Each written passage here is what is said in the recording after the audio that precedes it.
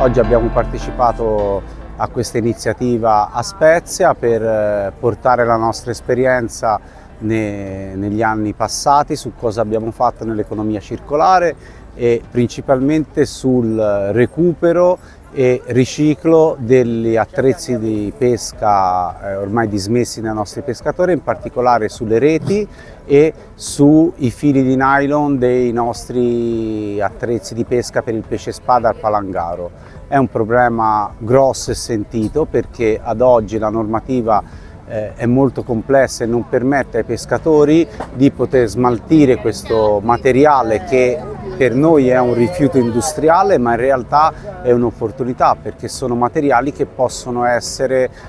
completamente riutilizzati. Una rete è fatta da piombo,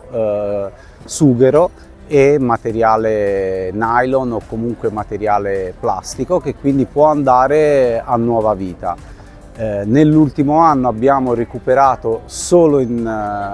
tra l'isola d'Elba e la costa, diciamo, del centro Toscana oltre 20 tonnellate di fili da pesca e reti da pesca che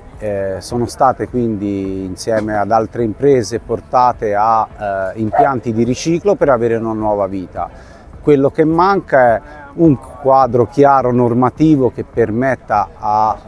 il nostro settore di non avere problemi in questi tipi di processi e soprattutto delle piattaforme anche da parte delle imprese che trattano poi i rifiuti, che ad oggi non hanno degli impianti che possono in modo agile trasformare questo prodotto. Quindi noi siamo disponibili a partecipare a qualsiasi tipo di iniziativa ed è in primis per noi una cosa su cui crediamo. Serve in prima battuta una vera semplificazione normativa e dall'altra parte la creazione di piattaforme che possono essere in ambito regionale o in ambito anche interregionale che